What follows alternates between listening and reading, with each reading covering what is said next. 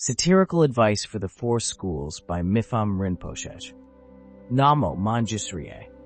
Through the enlightened activity of the victorious Buddhas and the skillful means of their bodhisattva heirs, may the four schools of Buddhist teachings, old and new, successfully transmit their perfect methods of awakening. The transmission of sutras has fallen to the Gendenpa. The transmission of mantra has fallen to the Nyingmapa. The transmission of exposition has fallen to the Sakyapa, and the transmission of practice has fallen to the Kagyupa. The Sakyapa are masters of learning.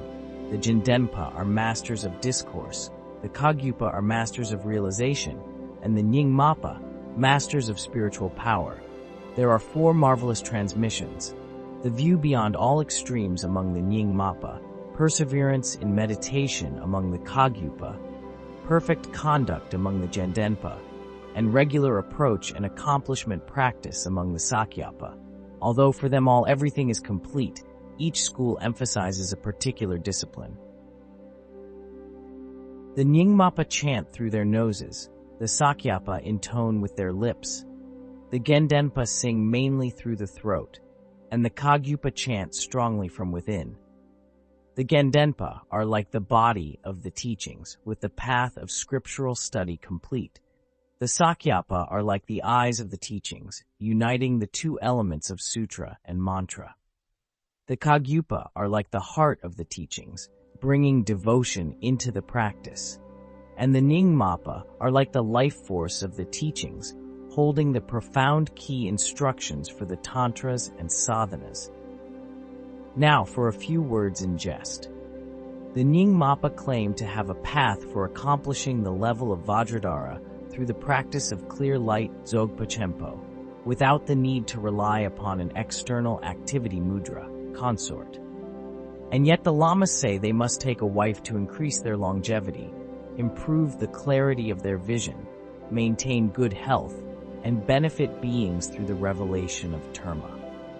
They don't say that for the sake of the teachings they should teach and practice. That taking a wife could be a way to benefit the teachings and beings, and a substitute for teaching and practice, and at the same time improve clarity of vision and the like, is, I think, incredible. The Gendenpa assert that the antidote to all the pains of existence is the wisdom that realizes selflessness. And yet, they say that when approaching the realization of no self, there can be such a fear of letting go of this sense of identity that it becomes difficult to sit still upon the cushion. In the past, it was said that the attainment of the path of seeing and the clear experience of selflessness that precedes it are marked by special feelings of joy, so I wonder if this might be a symptom of the current degenerate age. The Sakyapa accept the highest yoga tantras, which affirm that inner wisdom is primary, without regard to conduct. And yet, when they recite the path stage sadhana, they maintain the discipline of never leaving their seats, because to do so would transgress their vow. It seems that if they do ever need to get up and do something, they must crawl along dragging their seat behind, which might bring about some temporary physical purification and liberation. Still, I wonder what would happen if they ever stood up. The Kagyupa assert that the Great Seal, Mahamudra, is the primordial wisdom that pervades all samsara and nirvana, and yet they explain the word mudra by referring to a hand. Yet what would such an enormous hand be like? I think it would be marvelous to see one. Ha ha! That was all said in jest.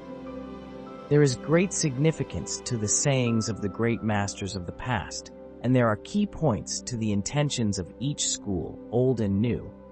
What is more, most followers of the Nyingma school shun the taking of life, but presume there is no need to give up women. If they are genuine yogins, I take refuge in them.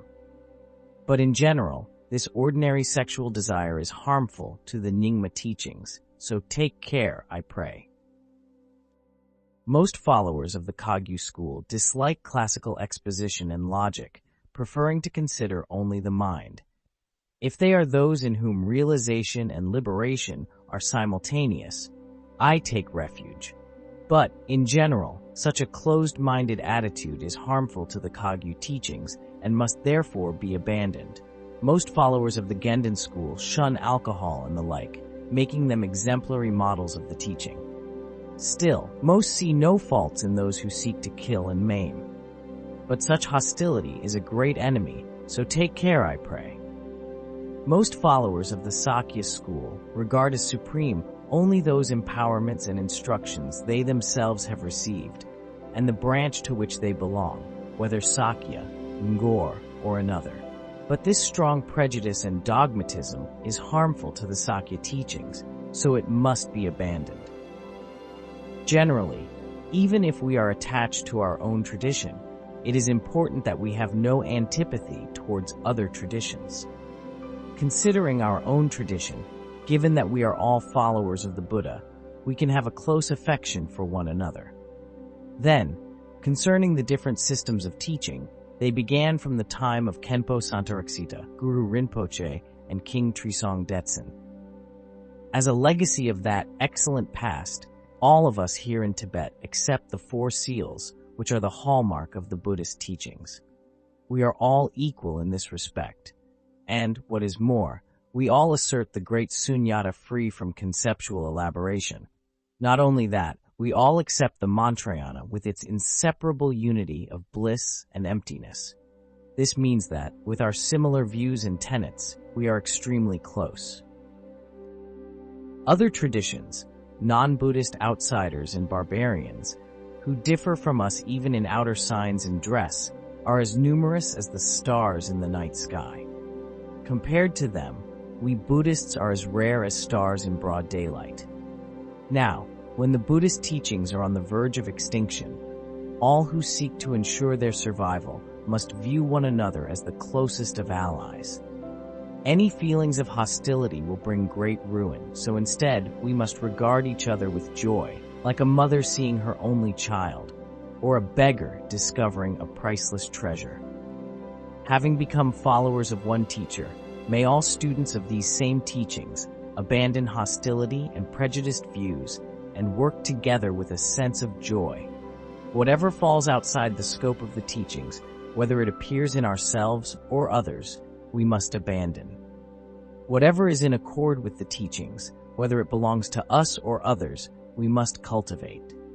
Through the power of this, here within the land of snows, may the 4 great lineages of practice, methods of victorious Buddhahood, blaze with the beauty of a wealth of Dharma teachings and meet with complete and universal success.